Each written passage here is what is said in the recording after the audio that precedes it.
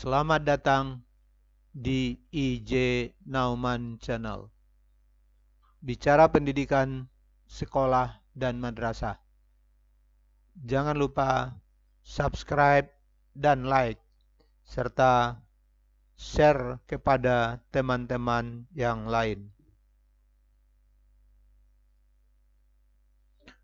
Bapak dan Ibu warga sekolah dan madrasah yang saya hormati. Kali ini saya akan menginformasikan tentang instrumen akreditasi sekolah dan madrasah tahun 2024 atau yang dikenal dengan sebutan instrumen akreditasi 2024. Instrumen akreditasi 2024 ini diatur melalui keputusan Menteri Pendidikan, Kebudayaan, Riset dan Teknologi Republik Indonesia nomor 246-O/2024 tentang instrumen akreditasi pendidikan anak usia dini, pendidikan dasar, dan pendidikan menengah. Bapak dan Ibu yang saya hormati, pada video ini saya akan sampaikan khusus tentang komponen 1, yaitu kinerja pendidik dalam mengelola proses pembelajaran yang berpusat pada peserta didik. Informasi ini sangat perlu diketahui oleh warga sekolah atau madrasah, karena instrumen akreditasi yang akan digunakan mulai tahun 2024 ini berbeda dan atau tidak sama dengan instrumen yang digunakan sebelum ini. Bapak dan Ibu warga sekolah dan madrasah yang saya hormati, informasi yang saya sampaikan ini diambil dari berbagai sumber, antara lain Keputusan Menteri Pendidikan, Kebudayaan, Riset dan Teknologi Republik Indonesia nomor 246 tahun 2024. Kedua, Panduan Pelaksanaan Akreditasi Dikdasmen tahun 2024 yang diterbitkan oleh BAN PDM. Ketiga, Panduan Akreditasi untuk SD, MI, SMP, MTS, SMA, dan MA tahun 2024. Keempat, Panduan Proses Akreditasi untuk Satuan Pendidikan Dasar dan Menengah tahun 2024. Kelima, Panduan Teknis Sispena PDM untuk Satuan Pendidikan Dasar dan Menengah tahun 2024. Dan ada berbagai sumber lain yang juga saya gunakan. Bapak dan Ibu warga sekolah dan madrasah yang saya hormati, untuk lebih memahami instrumen akreditasi 2024 ini, perlu terlebih dahulu dipahami prinsip-prinsip yang digunakan pada instrumen akreditasi 2024 ini. Ada 3 prinsip yang dipakai pada instrumen ini, yaitu 1. Bermakna, prinsip kedua inklusif, dan prinsip ketiga kontekstual. Prinsip bermakna yang mendasari penyusunan keempat komponen yang ada dalam instrumen penilaian akreditasi ini, yaitu komponen kinerja pendidik, komponen kepemimpinan kepala satuan pendidikan, komponen iklim lingkungan belajar dan hasil belajar, dan penentuan keempat komponen ini merujuk kepada konsep universal, yaitu what is a good school. Jadi prinsip universal yang apa yang dimaksud dengan sekolah yang terbaik itu. Artinya area kinerja yang diukur di dalam akreditasi merupakan area kinerja yang berdampak pada kualitas layanan. Sekali lagi, pada kualitas layanan yang diterima oleh peserta didik. Proses ini dirasa penting dilakukan untuk memastikan bahwa instrumen akreditasi ini tidak sekedar terpaku pada pemenuhan kerangka kebijakan penjaminan mutu yang berlaku, melainkan juga berpijak pada kerangka kualitas lingkungan belajar yang dipercaya dapat menghadirkan layanan pendidikan yang diperlukan oleh peserta didik. Komponen kemudian dipetakan terhadap berbagai kerangka regulasi terkait mutu untuk juga memastikan pemenuhan terhadap kerangka regulasi yang berlaku, utamanya standar nasional pendidikan. Dengan prinsip bermakna ini, diharapkan seluruh pengelola layanan pendidikan memiliki visi yang sama tentang kinerja yang berdampak pada kualitas pendidikan yang diterima oleh peserta didik dan warga satuan pendidikan. Prinsip kedua yaitu prinsip inklusif, yang mana dalam instrumen akreditasi ini dimaksudkan bahwa komponen yang ada pada instrumen penilaian yang digunakan dapat dipakai pada semua jenjang, pada semua jenis dan semua jenis layanan dan kondisi lingkungan pendidikan yang beragam. Artinya, instrumen akreditasi untuk ragam jenis dan jenjang disusun dengan merujuk pada satu konstruk yang sama sehingga dapat ditemukan benang merah antar instrumen serta tidak ada jenjang, jenis, atau kondisi lingkungan sekolah yang merasa tidak terwakili dalam instrumen akreditasi ini. Tiap instrumen kemudian menyesuaikan konstruk tersebut dengan konteks dan kebutuhan belajar, ragam jenis dan jenjang, dan maka instrumen akreditasi 2024 ini akan digunakan untuk semua jenjang pendidikan, sejak dari pendidikan anak usia dini sampai SD, MI, SMP dan MTS, SMA dan madrasah aliyah, serta digunakan juga untuk sekolah menengah kejuruan dan madrasah kejuruan. Prinsip ketiga, prinsip kontekstual. Dalam instrumen akreditasi dan sistemnya ini berarti ada kelenturan. Jadi tidak kaku pada satu format. Ada kelenturan dalam memaknai kinerja sekolah. Kinerja merujuk kepada upaya yang sudah dilakukan oleh sekolah untuk menyelenggarakan suatu layanan, serta apakah suatu layanan betul-betul sudah terjadi dan dirasakan oleh warganya. Jadi, saya ulang, kinerja itu merujuk kepada upaya yang sudah dilakukan, kegiatan yang sudah dilakukan oleh sekolah atau madrasah untuk menyelenggarakan suatu layanan, serta apakah layanan tersebut betul-betul sudah terjadi dan dirasakan oleh warga sekolah atau warga madrasah. Instrumen akreditasi ini dirancang agar menghargai cara dan strategi penyelenggaraan layanan yang beragam. Jadi tidak monoton, tidak terpaku kepada satu format layanan yang dilakukan oleh sekolah atau madrasah, tidak terkunci oleh rumusan-rumusan prasyarat cara melakukan kinerja yang preskriptif.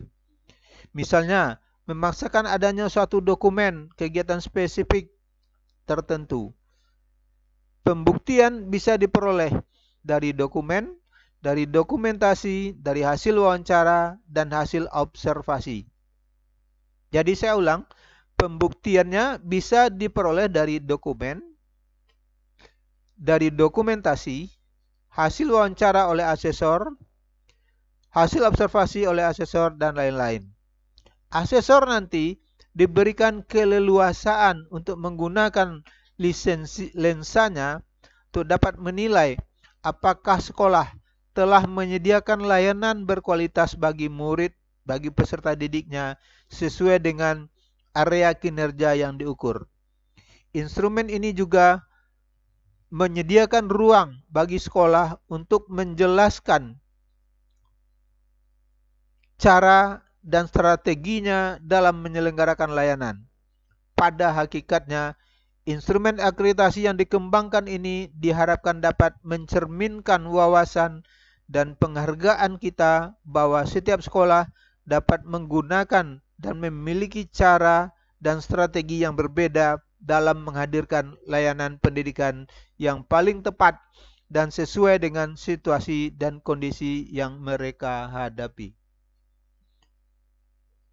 Bapak dan Ibu warga sekolah dan madrasah yang saya hormati, sebagaimana sudah disampaikan bahwa untuk memahami instrumen akreditasi 2024 secara utuh, perlu diketahui beberapa istilah yang digunakan dalam instrumen akreditasi 2024 ini. Istilah-istilah itu antara lain adalah, pertama, apa yang disebut dengan komponen. Sebagaimana tertera pada Kepmendikbud 246. Jumlah komponen dalam instrumen akreditasi 24 ini ada 4 komponen. Kemudian komponen itu dijabarkan oleh Badan Akreditasi Nasional. Jabarannya itu disebut dengan butir. Kalau dalam Kepmendikbudnya tidak ada penamaan. Jadi oleh Ban PDM disebut dengan butir yang merupakan rincian dari komponen yang jumlahnya ada 14 butir. Di masing-masing komponen itu dijabarkan atas beberapa butir. Jumlah butir itu semuanya ada 14 butir. Kemudian butir-butir itu dikembangkan lagi, dijabarkan lagi oleh Ban PDM dengan istilah yang disebut dengan indikator. Indikator merupakan rincian operasional dari setiap butir. Masing-masing butir dirinci atas beberapa indikator. Keseluruhan indikator yang dijabarkan oleh Ban PDM itu jumlahnya ada 55 indikator. Nah, jadi instrumen akreditasi 2024 ini terdiri atas 4 komponen, ada 14 butir dan 55 indikator. 4 komponen pada instrumen akreditasi 2024 itu adalah komponen 1, kinerja pendidik dalam mengelola proses pembelajaran yang berpusat pada peserta didik. Komponen kedua, kepemimpinan kepala satuan pendidikan dalam pengelolaan satuan pendidikan. Komponen ketiga, iklim lingkungan belajar. Dan komponen keempat, kompetensi hasil pembelajaran lulusan dan atau peserta didik yang diperhitungkan dari hasil analisis asesmen nasional yang saat ini mungkin lebih dikenal dengan ANBK, Asesmen Nasional Berbasis Komputer. Bapak dan Ibu warga sekolah dan madrasah yang saya hormati, seperti tadi sudah saya sampaikan bahwa pada kesempatan kali ini kita akan bicarakan khusus komponen 1, yaitu kinerja pendidik dalam mengelola proses pembelajaran yang berpusat pada peserta didik beserta butir-butir dan indikator butir kinerjanya. Nah, kita mulai dari butir pertama. Perlu diingat dulu bahwa komponen ini, komponen kinerja pendidik dalam mengelola proses pembelajaran ini merupakan bagian dari instrumen karena tugas utama sekolah adalah memastikan muridnya, peserta didiknya mendapatkan pendidikan yang terbaik. Peserta didik mendapatkan pendidikan yang terbaik saat guru mampu membangun kompetensi dan karakter yang diperlukan murid melalui proses pembelajaran yang efektif dan menyenangkan, melalui interaksi aktif dan empatik, serta memperhatikan kebutuhan belajar murid. Komponen ini dirinci menjadi 4 butir, yaitu butir 1, pendidik menyediakan dukungan sosial, emosional bagi peserta didik dalam proses pembelajaran.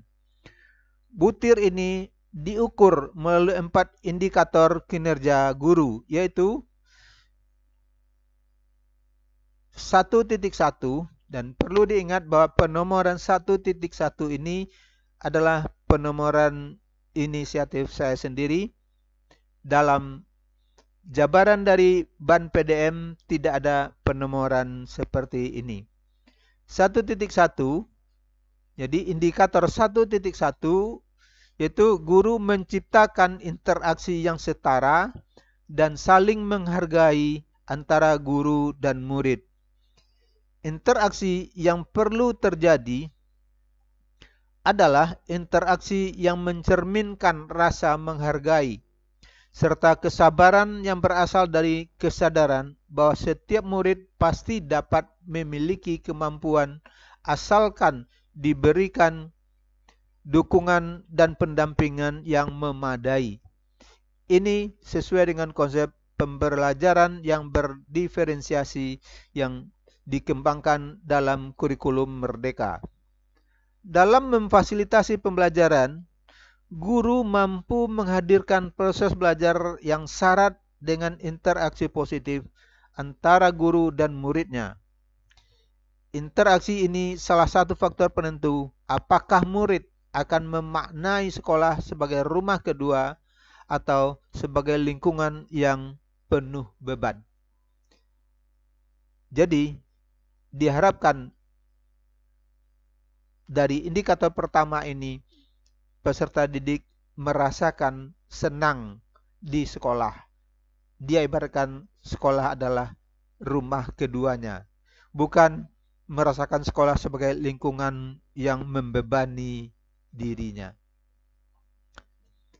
Butir indikator kedua, guru memberikan perhatian kepada murid yang memerlukan dukungan lebih atau khusus. Dukungan dapat diberikan melalui berbagai cara dan menjadi bukti kesadaran guru bahwa keberhasilan murid mencapai suatu kompetensi belajar adalah merupakan tanggung jawabnya sebagai pendidik. Salah satu perhatian yang biasa diberikan oleh guru adalah memberikan pujian, reward yang pantas diterima oleh peserta didik. Indikator 1.3 adalah guru memfasilitasi murid untuk mengembangkan kemampuan keterampilan sosial emosional. Artinya, tujuan belajar meliputi upaya membangun kompetensi sosial dan emosional yang memadai pada peserta didik, sehingga dapat menjadi pembelajar sepanjang hayat atau long life education. Kompetensi ini terdiri atas kesadaran diri, bagaimana manajemen diri, kesadaran sosial, keterampilan berelaborasi, dan pengambilan keputusan yang bertanggung jawab.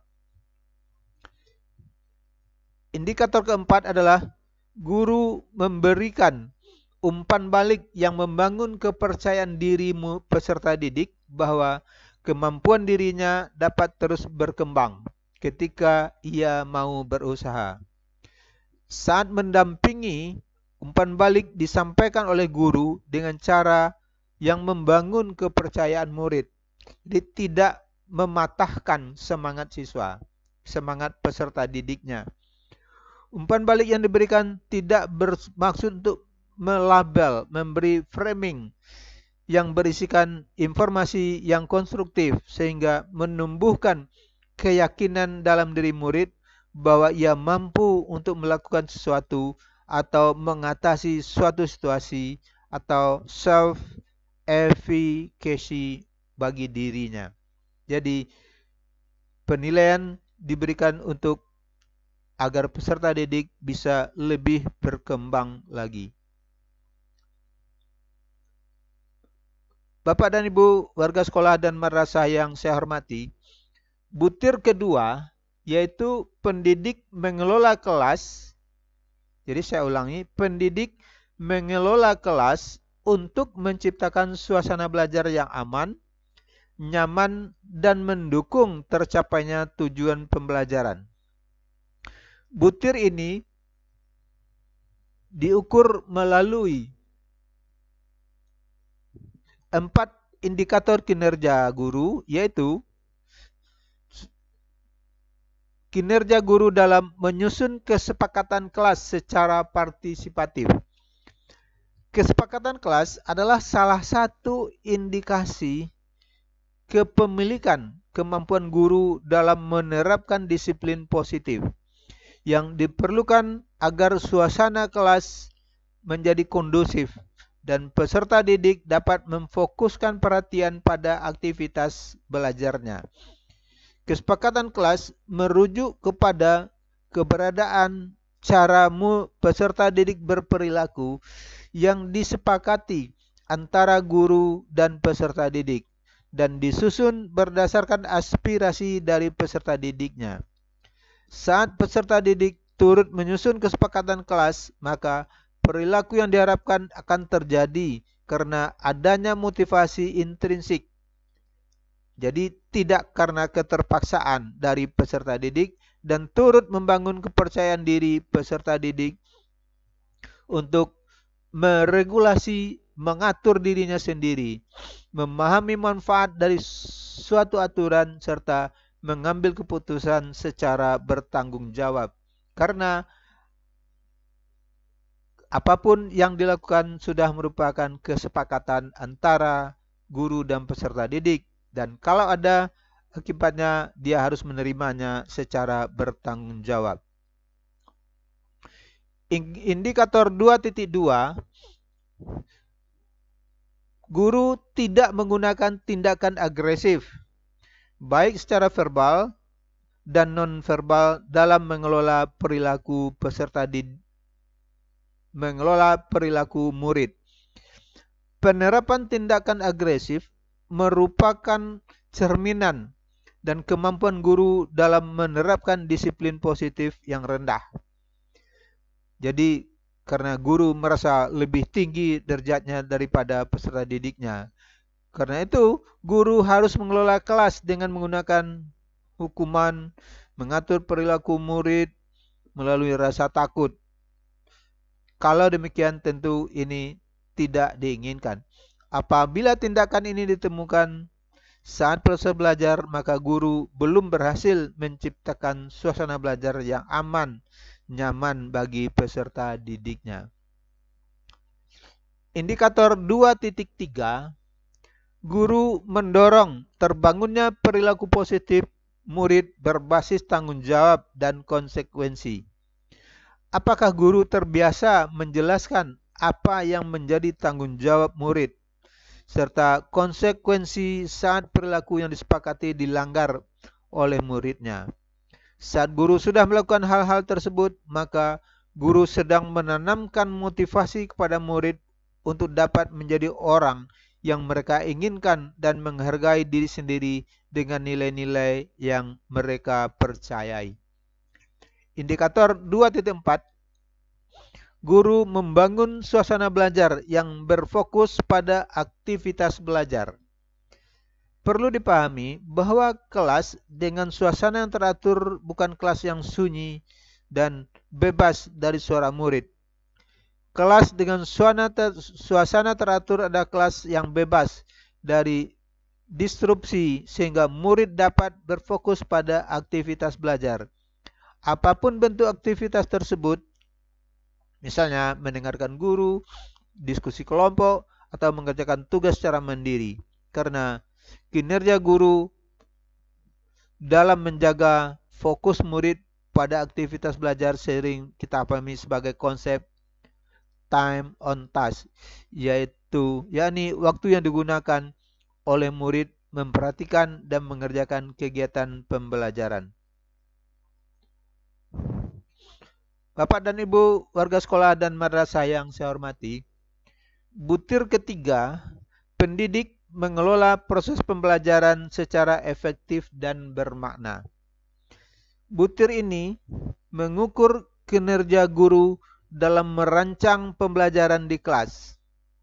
Butir ini perlu dipahami sebagai sebuah rangkaian proses berpikir yang perlu dilalui oleh guru dalam suatu siklus.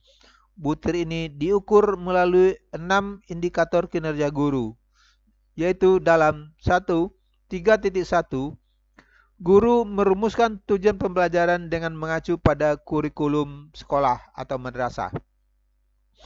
Saat pembelajaran di kelas merujuk pada tujuan pembelajaran yang tertuang dalam kurikulum sekolah atau kurikulum madrasah, maka artinya guru sudah memastikan agar kegiatan pembelajaran yang berlangsung turut mendukung ketercapaian tujuan pembelajaran yang dijanjikan sekolah kepada murid dan orang tua atau wali murid yang dirumuskan dalam kurikulum satuan pendidikan.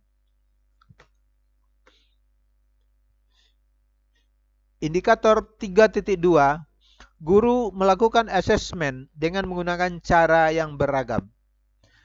Asesmen atau yang dulu dikenal dengan penilaian atau evaluasi tidak hanya berupa testing. Asesmen esensinya adalah pengumpulan informasi tentang capaian peserta didik. Cara mengumpulkan informasi ini dapat sangat beragam, dapat berupa observasi, penilaian akan hasil karya murid, dan lain-lainnya.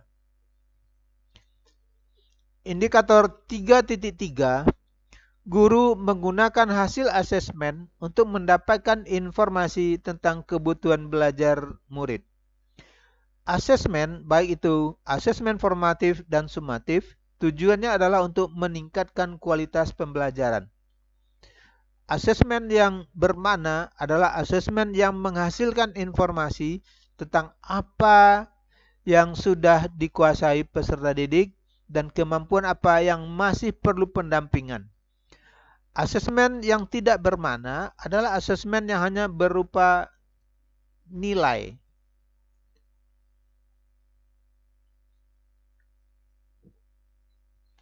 Atau label yang tidak berkontribusi banyak bagi guru untuk merancang kegiatan pembelajaran selanjutnya yang lebih efektif dalam mencapai tujuan pembelajaran. Indikator 3.4, guru menggunakan hasil asesmen sebagai dasar untuk merancang pembelajaran. Informasi dari asesmen tidak akan bermanfaat bagi murid atau peserta didik apabila tidak digunakan untuk merancang kegiatan pembelajaran selanjutnya. Indikator 3.5, guru merancang kegiatan pembelajaran yang selaras dengan tujuan pembelajaran. Kinerja ini memastikan durasi waktu yang dihabiskan murid di sekolah berdampak pada peningkatan atau penambahan kemampuan yang dimiliki. Yang dihindari adalah pelaksanaan kegiatan pembelajaran yang seluruhnya tidak efektif dalam membangun kemampuan baru bagi peserta didik yang menjadi tujuan pembelajaran. Jadi, kalau hanya kelas untuk bersenda gurau saja, tentu ini tidak pembelajaran yang efektif. Indikator 3.6, guru melibatkan murid secara aktif dalam menentukan tujuan pembelajaran, kegiatan belajar, dan asesmen dengan menggunakan beragam pendekatan dan cara yang sesuai. Proses pembelajaran yang melibatkan adalah kunci agar murid peserta didik memaknai proses belajar sebagai hal yang baik bagi dirinya. Butir ini meninjau apakah guru terbiasa mengajak murid atau peserta didik berdiskusi tentang cara belajar. Ditanyakan pendapat peserta didik tentang apa yang ingin mereka ketahui lebih lanjut dan bentuk-bentuk penlibatan lainnya. Bapak dan Ibu warga sekolah dan madrasah yang saya hormati, butir keempat dari komponen pertama ini adalah pendidik memfasilitasi pembelajaran yang efektif dalam membangun keimanan, ketakwaan, komitmen kebangsaan, kemampuan bernalar dan memecahkan masalah, serta karakter dan kompetensi lainnya yang relevan bagi peserta didik.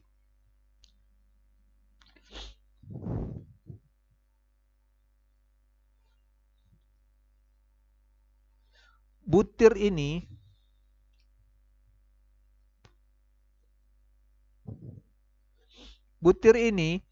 mengukur kinerja guru dalam 4.1, guru memfasilitasi murid untuk menguatkan keimanan dan ketakwaan pada Tuhan, untuk membentuk akhlak yang mulia melalui beragam pengalaman belajar. Indikator 4.2, guru memfasilitasi murid untuk menguatkan kecintaan terhadap sejarah, kekayaan budaya, kekayaan alam Indonesia, pemikiran dan karya anak bangsa melalui pengalaman belajar yang beragam. Indikator 4.3, guru memfasilitasi murid untuk mengembangkan keingintahuan serta kecintaan akan ilmu pengetahuan melalui pengalaman belajar yang bermakna dan reflektif.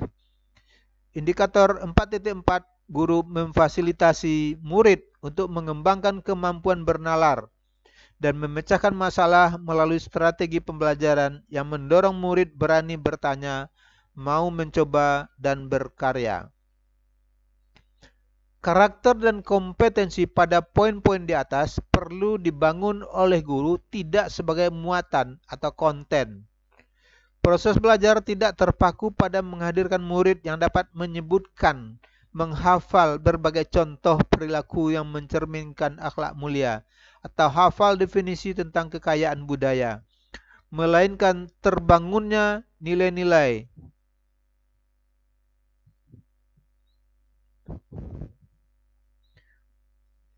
pada diri peserta didik, terbangunnya nilai-nilai yang baik pada peserta didik, serta pemahaman tepat dan mendalam. Proses membangun kemampuan ini dilakukan melalui berbagai praktik pengajaran, termasuk aktivitas interaktif melalui pembiasaan serta penerapan instruksi yang adaptif dan jelas. Jadi tidak sebagai teori-teori yang harus dihafal oleh peserta didik, tapi sesuatu yang harus dia alami, dibiasakan, dan lain-lain sebagainya. Bapak dan Ibu warga sekolah dan merasa yang saya hormati, demikianlah beberapa informasi tentang instrumen akreditasi 2024, khususnya tentang komponen pertama yang dapat saya sampaikan.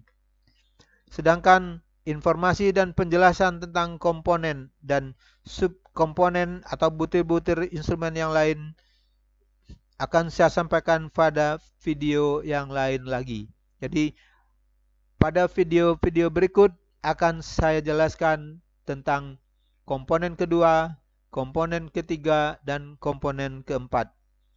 Untuk itu silakan diikuti terus IJ Nauman Channel. Dan jangan lupa subscribe, like, dan share kepada teman-teman yang lain.